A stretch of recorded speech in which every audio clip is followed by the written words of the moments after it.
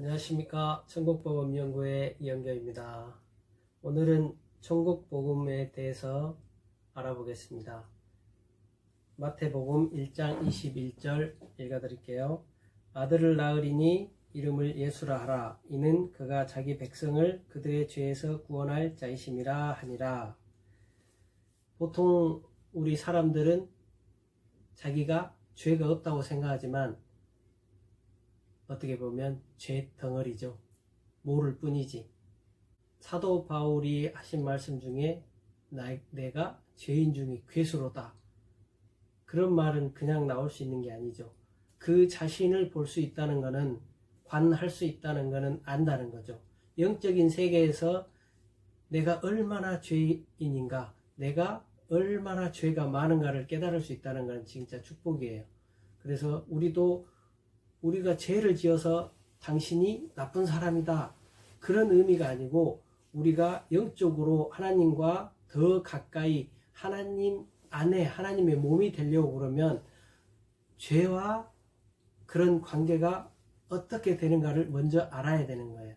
그것 때문에 죄에 대해서 얘기하는 것이지, 너희는 나쁘다라고 비판하려고 죄에 대해서 얘기하는 건 절대 아닙니다. 우리가 오해할 수 있는 부분이 그거거든요. 그 생각 때문에 우리가 기독교를 약간 멀리 할 수도 있는 건데, 영적으로 깊이 들어가기 위해서는 나의 생각 안에 죄가 영적인 이런 관계 속에서 어떻게 작용하는가를 알아야 되는 거예요. 예수님의 이름이 자기 백성을 그들의 죄에서 구원할 자이심이라. 왜 예수님이 자기 백성들의 죄에서 구원을 하실까요? 이건 알려주는 거예요. 예수님이 오신 이유가 우리를 구원하기 위해서 오셨는데, 그 구원은 죄로부터 말미암아 우리의 육체의 결박을 끊어내기 위한 방법을 알려주시기 위한 것이죠. 그 죄 때문에 하나님과 단절된 그런 모든 것들이 있다. 그러니 너희는 내가 가서 너희에게 회개하라, 천국이 가까이 왔느니라, 그 말씀을 통해서 너희에게 가르치고, 천국 백성이 아니었던 세상의 백성이었던 너희를 천국 백성, 나의 백성으로 만들어주겠다, 그런 의미인 거죠. 자기 백성을 죄에서 구원하시겠다는 의미가 있는 거죠. 그런 뜻이 있는 겁니다. 누가복음 5장 32절, 내가 의인을 부르러 온 것이 아니요 죄인을 불러 회개시키러 왔노라. 예수님께서 의인을 부르러 온 게 아니고 죄인을 부르러 오신 거예요. 왜? 병든 자는 의사가 필요하지만 병들지 않는 정상인들은 의사가 필요 없어요. 그렇기 때문에 예수님도 그 죄에서 구원할 자이시기 때문에 의인을 부르러 온 게 아니고 죄인을 부르러 오신 거예요. 죄인을 불러서 회개시키러 오신 거죠. 회개시켜서 그 회개를 통하여 구원해 주시는 거죠. 그 육체의 결박, 죄의 사사설에 묶여있는 우리 한 사람 한 사람을 구원해 주시기 위해서 오신 거죠. 구원이라고 하는 것은 어떤 것에서 건지는 거예요. 근데 우리는 대부분 기독교인들이 구원이라고 그러면 우리 육체가 어떤 죄를 짓고 믿지 않고 이렇게 있다가 예수님을 만나고 예수님을 믿고 하나님을 믿었을 때 구원을 받는다, 이렇게 추상적으로 통틀어서 생각을 하거든요. 근데 구원도 대상이 다 있어요. 믿음도 대상이 있듯이 구원에도 믿음이 있어요. 내가 병이 들었다 그러면 예수님께서 그 병에서 나를 건져주시는 것도 구원이고, 내가 가난에 찌들려 있고 고통에 찌들려 있고 마귀에게 사로잡혀 있을 때 그것들로부터 건져주시는 것도 구원이거든요. 근데 여기서는 예수님이 오신 이유는 그들의 죄에서 구원해 주시기 위해서 오신 거죠. 자기 백성을 죄에서 건져주시기 위해서, 그것이 구원인 거죠. 예수님께서 오신 이유가 죄인을 불러 회개시키러 오신 거예요. 왜? 회개하면 끝나는 게 아니잖아요. 저번에도 말씀드렸듯이 회개하면 그들이 하나님의 성령의 충만을 받고 성령의 선물을 받는 거죠. 그래서 육체에 묶여있던 그런 감정들이 영의 생각으로 바뀌는 거죠. 성령의 충만함으로 하나님의 나라의 백성, 되는 거기 때문에 죄에서 구원을 받는 거예요. 사도행전 2장 38절 베드로가 이르되 너희가 회개하여 각각 예수 그리스도 이름으로 세례를 받고 제 사함을 받아라. 그리하면 성령의 선물을 받으리니.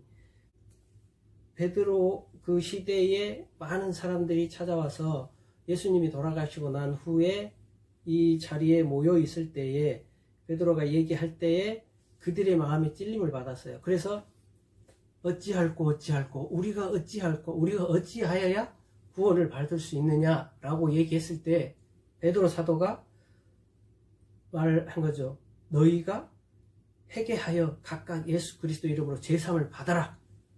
너희가 먼저 해야 될 일은 너희 때문에 예수님이 돌아가셨지 않느냐. 너희의 죄 때문에 예수님이 돌아가셨고 너희들이 예수님을 십자가에 못 박혀 죽였지. 그것부터 회개해라. 그리고 그 죄를 자백함으로 말미암아 용서를 받아라. 그리하면 하나님께서 너희에게 성령의 선물을 주리다. 성령의 선물을 준다고 그랬죠. 회개로 말미암아 제사함을 받으면 성령의 선물을 받는다. 아주 중요한 얘기죠. 여기서는 성령의 선물로 나왔지만 전번 성경에서는 개역개정 이전에는 성령을 선물로 받으리라. 똑같아요. 성령을 선물로 받느나 성령의 선물을 받느나 똑같은 거예요. 왜냐하면 성령을 선물로 받으면 우리 안에 증표가 나타나거든요. 성령을 선물로 받으면 성령님의 마음이 나타나든지 아니면 성령님의 능력이 나타나든지 그렇게 되는 거예요. 그걸로 말미암아 그 열매로 말미암아 그 사람이 성령의 사람인가 육체적인 사람인가를 우리가 분별할 수 있는 거죠. 성령의 선물을 받았을 때 나타나는 성령의 열매 있잖아요. 사랑과 희락과 온유와 절제와 인내와 충성과 자비, 오래 참음 이런 것들이거든요. 성령의 9가지 열매.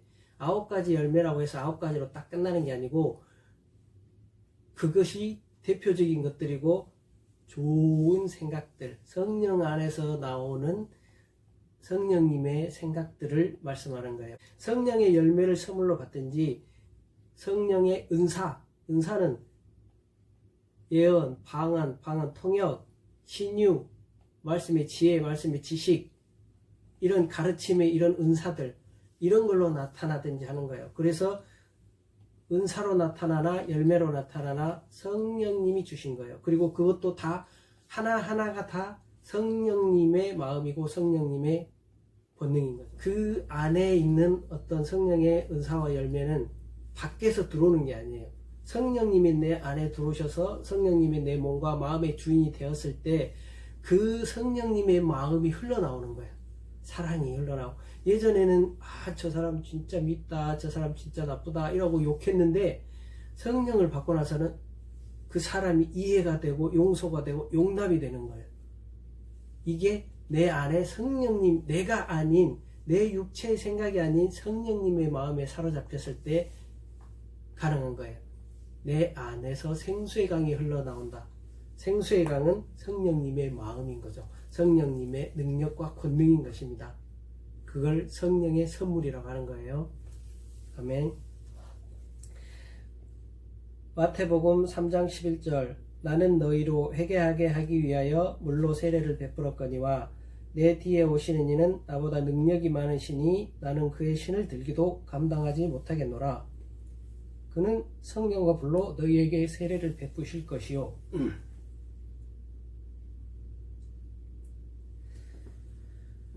여기서 말한 사람은 세례 요한입니다. 세례 요한인 내가 너희에게 세례를 주는 것은 너희가 회개하게 하기 위해서 세례를 준다고 하신 거예요. 그 사람들이 요단강에 와서 자기의 죄를 자복하고 세례를 받았어요. 너희가 회개하지 않으면 난 너희에게 세례 안 줄게. 너희로 회개하게 하기 위하여 물로 세례를 베풀거니와 내 뒤에 오시는 이는 나보다 능력이 많으시니 나는 그의 신을 들기도 감당하지 못하겠노라. 예수님께서 말씀하셨어요. 세례 요한처럼 이 세상에 난 자 중에 큰 자는 없다. 근데 여기서 세례 요한은 왜 자기를 이렇게 낮출까요? 나는 그의 신을 들기도 감당하지 못하겠나라 했을까요? 왜? 나는 쇠하여야 하겠고 그는 흥하여야 하기 때문에 그런 거예요. 세례 요한이 낮아질 때 예수님을 더 높일 수 있는 거예요. 여러분도 자기 자신을 낮출 때 여러분 안에 하나님을 더 높일 수 있습니다. 그래서 자기 자신을 낮추는 훈련을 계속해야 돼요. 세례 요한이 그의 신을 들기도 감당하지 못하는, 다른 저게 보면 신들매, 신발끈을 풀고 매는 것도 감당하지 못할 정도다. 내 뒤에 오시는 이는 성령과 불로 너희에게 세례를 베푸실 것이다. 그냥 성령과 불로 세례를 베풀까요? 이 앞에 세례 요한이 너희로 회개하게 하기 위해서 물로 세례를 베풀었다. 그러면 성령과 불로 너희에게 세례를 베푸신다는 것은 너희가 회개하면 예수님께서 너희에게 성령과 불 세례를 주실 것이다. 그래서 나는 물로 세례를 줄 수밖에 없지만 그분은, 예수님은 너희에게 성령과 불로 세례를 주시는 엄청 큰 분이시다. 그래서 그분을 준비하고 회개하고 그분에게 성령과 불 세례를 받을 준비를 해라. 그리고 꼭 받아라. 이런 의미에서 여러분에게, 또한 저에게 이런 말씀을 우리에게 남겨주신 겁니다. 항상 회개를 많이 해야 돼요. 우리가 세상에서 의인으로 살기 위해 회개하기도 하지만 하나님의 성령을 받기 위해서 회개하는 것입니다. 이건 절대적인 진리라고 봅니다. 우리가 회개하고 또 회개하고 또 회개할 때 우리 안에 하나님의 성령이 임하시는 거죠. 우리의 생각으로 회개하느냐, 성령님께서 어느 날 어느 순간 어느 자리에서 우리의 마음을 찔러 쪼갤 때가 있어요. 그럴 때 우리가 정말 우리 안에 나는 죄가 없는데 하면서 내가 왜 이러지 하면서 자신도 모르게 이 안에서 막 통의 자복이 나올 때가 있을 거예요. 이건 성령님이 인도하시는 거예요. 이건 절대 멈추시면 안 돼요. 어느 길을 가다가도 그렇게 회개가 나오면 어떤 장소 어느 곳으로도 얼른 달려가서 빨리 그곳을 찾아서 그곳에서 계속 나오는 대로, 시키는 대로, 성령님이 인도하시는 대로 통에 자복할 때에 우리 안에 하나님의 성령의 은사와 성령의 열매로 충만하게 임하실 거예요. 속히 그런 날이 여러분에게 와서 진짜 천국 백성으로 이 땅을 밝히는 그런 모든 성도들이 되었으면 좋겠습니다. 감사합니다. 안녕하십니까. 성령충만 연구의 이영교입니다. 오늘은 회개를 도우시는 보혜사 성령님에 대해서 말씀을 나눠볼까 합니다. 로마서 8장 27절, 마음을 살피시는 이가 성령의 생각을 아시나니 이는 성령이 하나님의 뜻대로 성도를 위하여 간구하심이니라. 마음을 살피시는 이는 하나님이십니다. 하나님께서 성령님의 생각을 다 아신다고 하십니다. 그래서 하나님의 뜻대로 성령님께서 우리를 위하여, 성도를 위하여 간구해 주시는 것이죠. 왜 그럴 수 있을까요? 하나님과 성령님은 한 분이시기 때문에 하나님의 뜻대로 성령님께서 우리를 위하여 간구할 수 있는 것이죠. 그래서 우리는 성령님께 계속해서 회개를 도와달라고 기도를 해야 됩니다. 고린도후서 7장 10절, 하나님의 뜻대로 하는 근심은 후회할 것이 없는 구원에 이르게 하는 회개를 이루는 것이요 세상 근심은 사망을 이루는 것이니라. 하나님의 뜻대로 하는 근심이 후회할 것이 없다고 하셨네요. 하나님의 뜻대로 하는 근심이 무엇이길래 후회할 것이 없고 구원에 이른다고 하셨을까요? 하나님의 뜻대로, 하나님의 뜻이 있을 때에 우리 한 사람 한 사람에게 회개를 인도해 주시면서 성령과 불세를 주시거든요. 그럴 때 하나님의 뜻이 적용될 때가 있는 것이죠. 그래서 우리가 어떨 예배를 드릴 때거나 기도할 때거나 길을 갈 때거나 갑자기 마음에 찔림이 올 때가 있어요. 진짜 말할 수 없는 탄식으로 통에 잡아갈 때가 있을 거예요. 그거는 성령님이 인도하시는 거예요. 그거는 하나님의 뜻대로 근심하며 말할 수 없는 탄식으로 통해 잡아가는 그런 시간인 것이죠. 하나님의 뜻대로 하는 근심은 구원에 이르게 한다고 하셨어요. 하나님의 뜻대로 하는 그 회개는 그 근심, 걱정, 두려움, 분노, 죄 사함을 위하여 말할 수 없는 탄식으로 기도할 때에 우리가 그 죄로부터 건짐을 받고 우리가 육체의 묶임으로부터 건짐을 받는다는 것이죠. 그 구원을 통해서 회개 다시 돌이킨다는 것이죠. 죄에서 돌이켜 하나님께 돌아오다. 육체에서 돌이켜 성령님께 돌아온다는 그런 뜻이 되는 거죠. 회개하는 것 우리의 힘으로 되는 게 아니라는 것이죠. 세상 근심은 사망을 이루는 것이라고 하셨네요. 또 세상 근심은 왜 사망을 이룰까요? 세상 근심은 우리가 일상생활을 하면서 어떤 일이 잘 안 됐을 때 두려워하고 불안해하고 걱정하고 분을 내고 이런 것들이 있어요. 근데 그 근심은 사망을 이루게 한대요. 여기서 사망은 영적 사망을 말하는 거예요.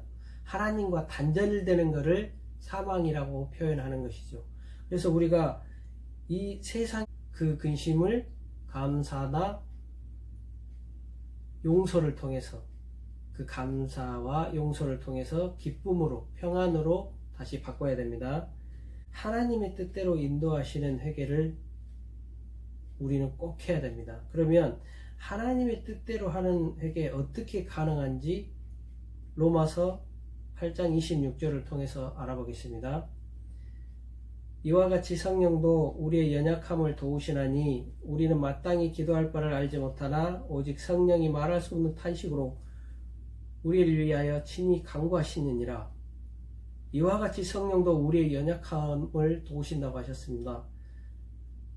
성령님께서 왜 우리의 연약함을 도우실까요? 어떻게 우리의 연약함을 도우실까요? 성령 하나님은 보혜사 성령님이시에요. 돕는 하나님이신 거죠. 그렇기 때문에 우리의 연약함을 아시고 이 땅에 오셔서 우리를 도와주시기 위해서 오신 거예요. 우리는 마땅히 기도할 바를 알지 못하나 저와 여러분이 기도할 때에 기도하는 내용, 기도하는 것을 알지 못합니까? 다 아실 건데요. 근데 여기서는 왜 마땅히 기도할 바를 알지 못한다고 했을까요? 마땅히라고 하면 당연히 내가 기도하는 걸 모른대. 내가 하나님께 이 상황에서 이렇게 해주세요, 저렇게 해주세요, 이렇게 하나님께 간절히 간구하는 건데 모른다고 하네요. 그러면 여러분 이 말씀에 대해 의문이 들지 않으십니까? 궁금하지 않으세요? 왜 기도할 바를 알지 못할까? 궁금하시죠? 이거는 우리 안에 깊숙이 쌓여있는 우리 영 속에 들어있는 그 죄이기 때문에 그러는 거예요. 우리가 현재 의식에서 생각하지 못하는 거예요. 우리가 지금 죄를 짓고 내일 죄를 짓고 모레를 죄를 지은다고 치면 3일, 4일, 10일, 한 달, 1년 이렇게 지나면 우리가 그 죄를 기억하지는 못해요. 그런데 그 분노, 그 미움, 그 안 좋은 감정들은 계속 남아있어요. 우리 영 깊숙이 들어가서 차곡차곡 쌓여요. 그 죄가 쌓이고 또 쌓이고 그 미워하는 것이 또 쌓이고 그 시기하는 것이 또 쌓이고 그 분노가 또 쌓이는 거죠. 그러면 우리는 현재의 그 생각들을, 그 죄를 기억을 하지 못하지만 우리의 영 속에 잠겨있는, 묶여있는 그 죄들이 우리의 현재 의식, 현재의 감정을 지배하게 되는 거예요. 그래서 어떤 사람은 화를 잘 내고, 어떤 사람은 분을 잘 내고, 어떤 사람은 잘 삐지고, 어떤 사람은 항상 부정적이고, 그런 이유가 내 영 안에 무엇이 쌓여 있느냐에 따라서 달라지는 거예요. 우리가 어렸을 때 부모에게 학대를 받거나 형제에게 학대를 받거나 아니면 친구들에게 왕따를 당했거나 이런 사람들은 그 안에 분노가 가득 차 있어요. 근데 시간이 지나면 그 사람들이 현재 그거를 생각하지 못할 뿐이에요. 근데 그것들이 어떻게 보면 다 죄예요. 우리가 알지 못하는 거죠. 근데 왜 죄인 죄일까요? 하나님과 단절이 되어버리기 때문에 죄인 거예요. 그 죄로 말미암아 우리가 성령과 불세례를 받아야 되는데 그 죄를 이렇게 토해내지 못하기 때문에 말할 수 없는 탄식으로 통에 잡아가지 못하기 때문에 그 묶임이 계속해서 묶여 있는 거예요. 어떻게 보면 하늘문이 잠겨 있는 거예요. 하늘문이 잠겨 있기 때문에 그 하늘문을 여는 해결을 해야 되는데 그거를 통에 자복을 해서 다 뱉어내야 되는데 이 안에 꽁꽁 묶여 있는 거예요. 그래서 우리가 하나님의 성령과 불세례를 받지 못했던 것이죠. 그러나 성령님은 알아요. 우리가 마땅히 그 회개할 바를 알지 못하지만 성령님께서는 어떤 생각 때문에 어디에 어떤 생각이 나를 묶고 있는지, 하나님의 나라 문을 여는 것을 방해하는 것인지 성령 하나님은 다 알아요. 그래서 우리를 도우실 수 있는 거예요. 그래서 보혜사 성령님을 우리에게 보여내 주신 거예요. 우리가 알지 못하기 때문에 다 보고 다 들어가서 다 헤집어 놓을 수 있고 마음을 찔러 쪼갤 수 있는 성령님이 우리에게 오셔서 도와주시는 거예요. 오직 성령이 말할 수 없는 탄식으로 우리를 위하여 친히 간구하시느니라. 오직 성령님만이, 다른 사람이 아닌, 내가 아닌 다른 누구도 아닌 성령님만이, 오직 그분 한 분만이 우리를 도와줄 수 있다는 거죠.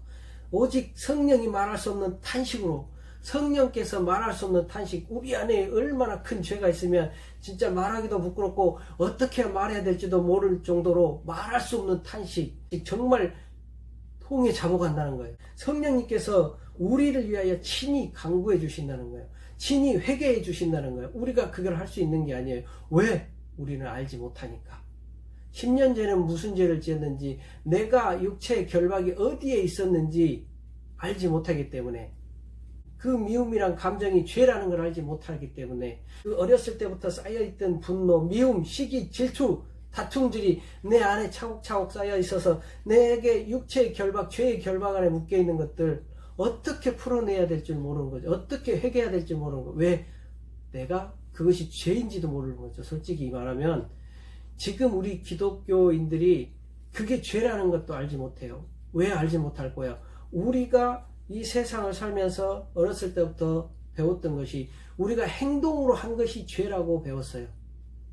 생각으로 남의 거를 훔치고 이런 건 세상에서 죄가 아니에요. 행동으로 옮겼을 때, 그 물건을 훔쳤을 때 들키면 그게 도둑질이 되는 거예요. 그러나 세상과 기독교는 달라요. 그리스도께서 말씀하셨죠. 너희가 저 여자를 보고 음욕을 품으면 너는 이미 간음한 자이고, 너희가 이웃의 물건을 보고 탐을 내면, 탐심을 가지면 너는 도둑놈이다. 도둑질 이미 한 것이다. 그것이 죄라는 거예요. 예수님의 이름의 뜻이 자기의 백성을 죄에서 구원할 자이심이라 했죠. 자기의 백성들이 죄에 묶여 있을 때에 성령 예수님께서 오셔서 그들의 죄에서 구원해 주시는 분이기 때문에 우리 안에 죄가 무엇인지 말씀해 주신 거예요. 너희가 생각만으로 해도 그 생각이 죄다. 왜 죄일까요? 세상에서는 죄가 절대 아닙니다. 왜냐하면 그 죄로 말미암아 내가 하나님과 단절이 되어버리기 때문에 그러는 거죠.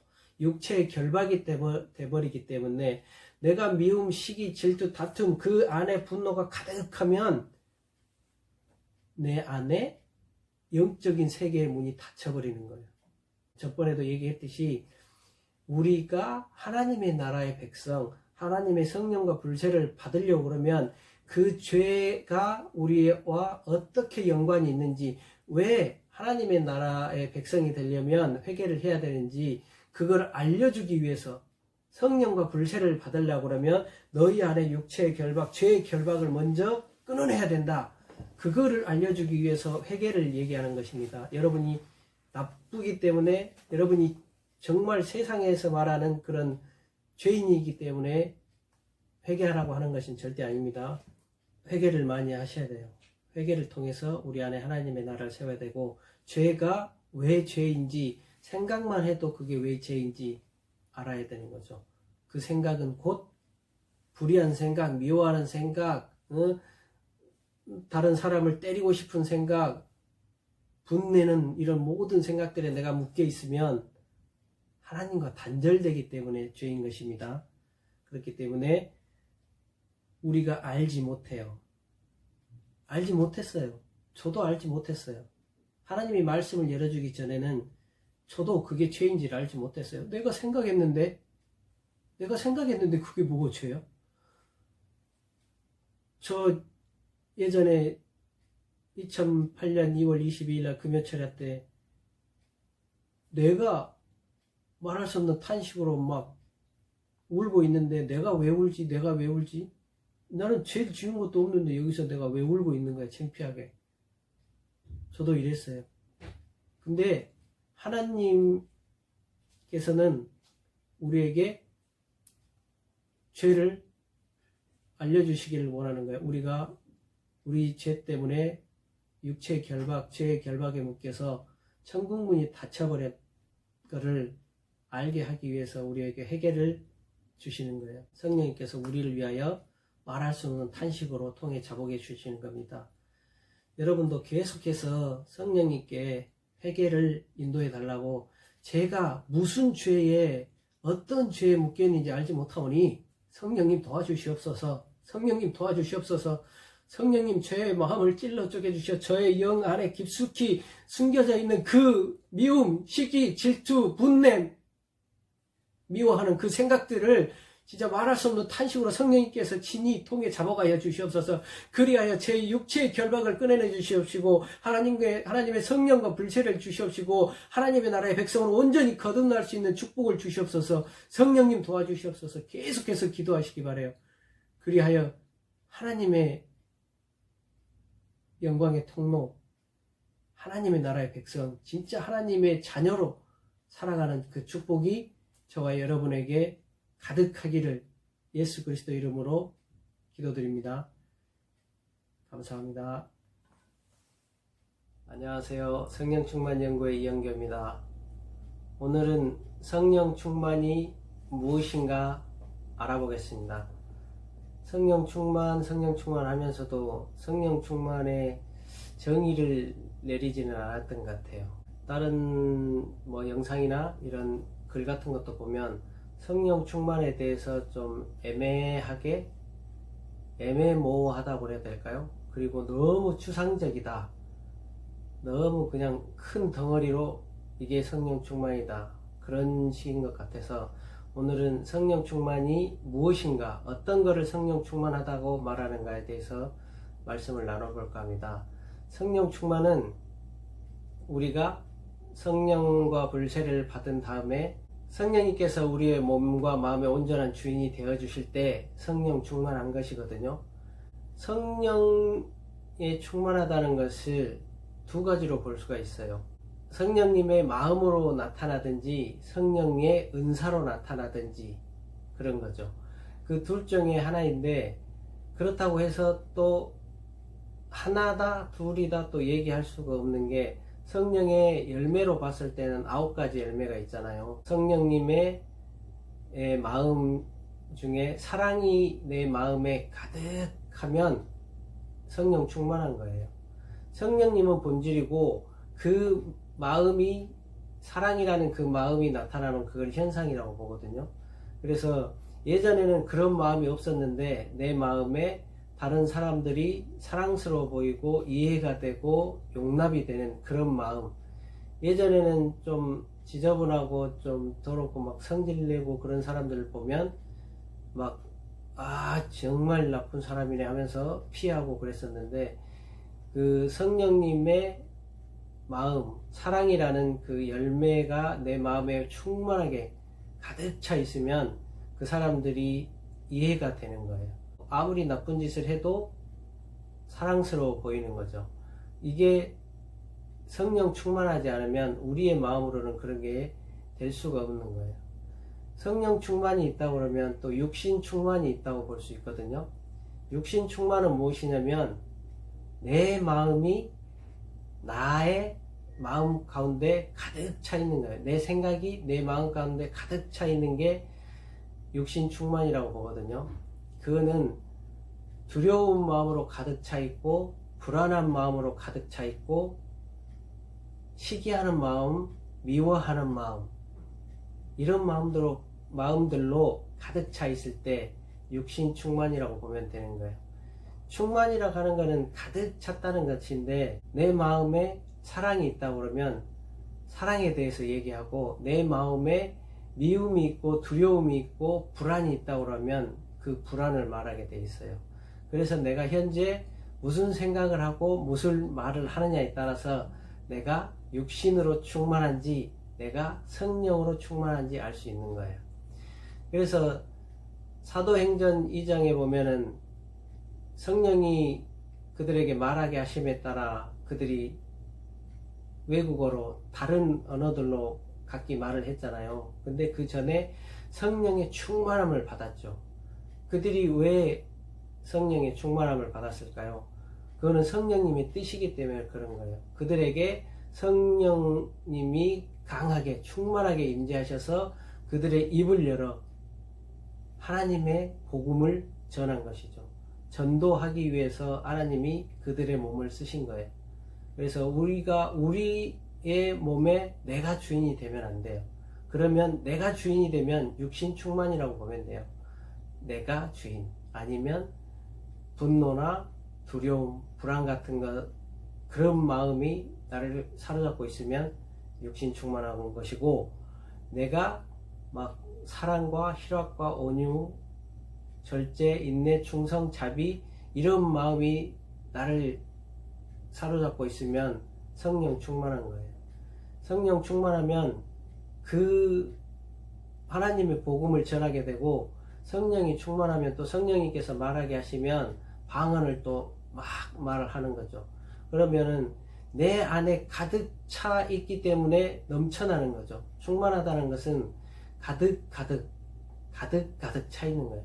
그렇기 때문에 이 내 안에 있는 것이 밖으로 나가지 않으면 견딜 수가 없는 거예요. 그래서 전도하게 되는 것이고, 그래서 기도하게 되는 것이고, 그래서 찬양하게 되는 것이고, 그래서 하나님의 복음을 전하게 되는 거예요. 성령이 충만한 것은 정말 성령님의 마음이 내 안에 가득 차 있거나, 아니면 성령님의 은사가 내 마음에 가득 차 있으면, 내가 방언의 은사를 받았으면 방언을 많이 말할 것이고, 내가 방언 통역의 은사를 받았으면 다른 사람 방언할 때 그 통역을 하는 일을 하는 것이고, 또 내가 신유의 은사를 받았다 그러면 내가 내 안에 성령이 충만함으로 말미암아 다른 사람을 위해서 그 병든 몸에 손을 얹고 기도하고, 다른 사람들과 같이 기도하지 않으면 견딜 수가 없는 거예요. 그래서 그 배에서 생수의 강이 넘쳐난다고 그랬잖아요. 그것도 성령이 충만하기 때문에, 성령님이 내 안에 가득 차 계시면 그 마음이든지 그 은사든지 밖으로 흘러나가는 거예요. 그래서 밖에서 들어오는 것이 아니고 내 안에 계신 성령님으로 말미암아 다른 사람들한테 흘려보내는 것이 성령 충만이에요. 내 안에 없으면 성령님이 와 계시지만 내 안에 저 밑에 내가 내 육신으로 충만해서 내 생각으로 충만해서 내 생각을 말할 때에는 성령님이 역사하지를 않아요. 내가 나 자신을 내려놓고 나 자신을 죽이지 않으면 그때는 내가 가득한 거예요. 그때는 내가 일하는 거예요.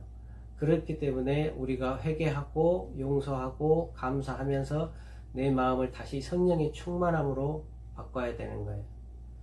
사람이 한번 성령을 받았다고 해서 항상 성령의 충만함으로 살 수가 없어요. 그것은 우리가 의지적으로 노력을 해서 성령의 충만함으로 다시 바꿔야 되는 거예요. 회개하는 거. 그래서 우리에게 회개를 주신 거예요. 그래서 우리에게 항상 회개를 해라 하고 말씀하시는 거예요. 그렇게 해야만이 내 육신 충만이 아니고 성령 충만으로 살 수 있다. 그래서 내 마음에 기쁨이 솟아나고 내 마음이 편하고 내 마음이 항상 감사가 넘치고 내 마음에 항상 사랑이 넘친다. 그러면 내가 성령 충만하구나. 그렇게 보시면 되고, 내 마음에 항상 두렵고 불안하고 염려가 되고 걱정이 되면 내가 성령 충만을 소멸하고 내 육신의 생각으로 가득 차 있구나. 내 마음에 육신의 근심 걱정으로 가득 차 있구나. 그렇게 판단하시면 쉬워요. 그래서 내 마음이 항상 불안하고 두렵고 염려가 있으면 빨리 그거를 볼 줄 알아야 돼요. 이 마음은 내 마음인데, 육신 충만한 건데, 나는 성령 충만으로 살아야 돼. 그렇다면 이 마음을 빨리 바꿔야 되는 거죠. 그래서 회개와 용서와 감사를 통해서 하나님 감사합니다, 하나님 감사합니다. 아니면 내가 어떤 거에 눌려 있으면 그거를 하나님께 도와달라고, 하나님 제가 이거를 잘못했습니다, 하나님 용서해 주시옵소서 하면서 계속 기도를 하다 보면 내 마음에 근심, 걱정, 두려움이 싹 사라지죠. 그러면서 내 마음에 다시 기쁨이나 평안, 감사가 쫙 들어오는 거예요. 그러면서 점점 더 그 감사를 더 많이 하면 우리 마음에 더 평안으로 기쁨으로 더 가득 차는 거죠. 그래서 성령 충만은 우리가 다시 회복할 수 있는 거예요. 하나님의 나라도 마찬가지잖아요. 하나님의 나라도 빼앗을 수도 있고 뺏길 수도 있잖아요. 근데 우리는 빼앗기고 뺏길 수밖에 없는 이 싸움을 계속해야 돼요. 이 싸움이 영적 싸움이에요. 내가 내 육신으로 살 것인가, 하나님의 성령으로 살 것인가, 내가 이 땅에 육체적인 사람으로 살 것인가, 하나님의 나라의 영적인 사람으로 살 것인가는 내가 선택하고 내가 의지적으로 노력을 해서 바꿀 수 있는 거예요. 하나님의 나라는 빼앗을 수 있는 거예요. 하나님의 나라는 침노를 당한다고 하셨죠. 침노하는 자는 빼앗는다고 하셨죠. 그 말이 그 말이에요. 내가 빼앗겼을 때 다시 내가 쳐들어가야 된다. 내가 기도를 통해서 회개와 감사와 용서를 통해서 열심히 기도하면 다시 회복이 되는 거예요. 우리는 빼앗아야 돼요. 이건 싸움이에요. 영적인 싸움은 매일 매 순간 하는 거예요. 그건 왜 그러냐면 당연한 거예요. 내가 성령을 받았어도 내 안에 육체의 생각이 있기 때문에 그래요. 육체의 생각은 사라지지 않아요. 내가 육체의 오감을 통해서 보는 것, 듣는 것, 냄새 맡는 것, 맛보는 것, 이게 촉감, 이거를 통해서 내 안에 생각이 일어나거든요. 이거는 육체적인 생각이에요. 나의 마음이죠. 어떻게 보면은 자아라고 하는데, 이 자아로 살 것인가, 나의 자아로 육체에서 나오는 자아로 살 것인가, 성령님 안에서 나오는 평안과 기쁨과 감사와 사랑으로 살 것인가는 우리가 선택해야 돼요. 그래서 싸워서 이겨야 됩니다. 그래서 성령의 충만함으로 살아야 돼요. 사람들이 무언가에 중독이 많이 되죠. 그거는 하나님을 찾는 거예요. 어떻게 보면 하나님의 기쁨, 평안을 찾는 거예요. 그런데 이 마음에 하나님의 평안이, 기쁨이 없기 때문에 다른 무언가로 내 마음을 기쁨으로 채우려고 다른 것을 찾는 거죠. 그래서 부귀를 찾든지 권력을 찾든지 명예를 찾든지 해서 내 안에 채우려고 엄청 노력하는 거죠. 항상 우리는 무언가를 내 마음에 기쁨으로 채우려고 막 노력하거든요. 근데 그 기쁨은 하나님에게 있어요. 믿는 사람이든 안 믿는 사람이든 하나님을 찾고 있는데 하나님을 찾는 것을 몰라요. 그게 하나님의 성령 안에 있는 평안과 희락이에요. 그걸 찾기 위해서 우리가 애쓰고 노력을 하고, 그걸 찾기 위해서 우리가 엉뚱한 데를 돌아다니는 거죠. 엉뚱한 데에서 엉뚱한 시간을 보내고 있는 거죠. 그렇지만 우리 그리스도인들은 그게 무엇인가를 분명히 알 거예요. 내 마음에 그리스도의 평안, 그리스도의 기쁨을 채우면, 하나님이 내 안에 계시면 그 기쁨이 내 안에서 생수의 강이 되어 흘러나오기 때문에 무슨 일이 있든지, 세상에 살면서 어려운 일이 있어도 슬픈 일이 있어도 그 마음에 기쁨이 막 넘쳐나는 것, 이게 성령 충만이에요. 이게 하나님의 나라가 임한 상태예요. 내가 의지적으로 노력을 해서 내 안에 성령 충만으로 꼭 채워 넣어야 됩니다. 그래서 성령 충만은 그 마음에 성령님의 마음, 성령님의 사랑, 희락, 온유, 절제, 충성 이런 마음들이 가득해서 그 마음이 밖으로 나가고 행동으로 나갈 때에 성령 충만하구나 그렇게 볼 수 있고, 또 능력, 은사 쪽으로 봤을 때 방언으로 많이 막 기도가 막 나오는 거예요. 계속해서 기도가 나오는 거예요. 속으로도 밖에 나가서는 또 방언으로 기도하면 저 사람 이상한데 라고 할 수 있기 때문에 그거를 의식해서 못하는 것이지, 그 안에서는 계속해서 막 흘러나오려고 밖으로 기도를 하려고 하는 거죠. 이게 성령 충만한 거예요. 그리고 아픈 사람들을 보면 막 기도해 주는 거, 막 기도해 주고 싶은 마음, 불쌍한 마음이, 긍휼한 마음이 계속 일어나서 견딜 수가 없는 이런 마음들, 이게 성령 충만이에요. 그래서 우리도 마음으로 받든지 능력으로 받든지 성령의 충만함을 받아야 돼요. 그래서 그런 일들을 행할 때에 하나님의 영광을 드러낼 수 있는 거예요. 하나님이 성령을 주신 것은 우리에게 우리의 영광이 되게 하려고 주신 게 아니에요.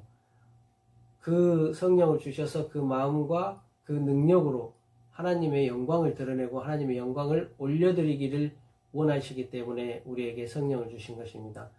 그래서 우리가 항상 성령 충만하기 위해서 계속 기도하고 성령의 이끌림을 따라 먹고 마시고 움직이고 일하고 공부하는 그 모든 일들을 저와 여러분이 모든 삶 가운데 있었으면 좋겠습니다. 감사합니다.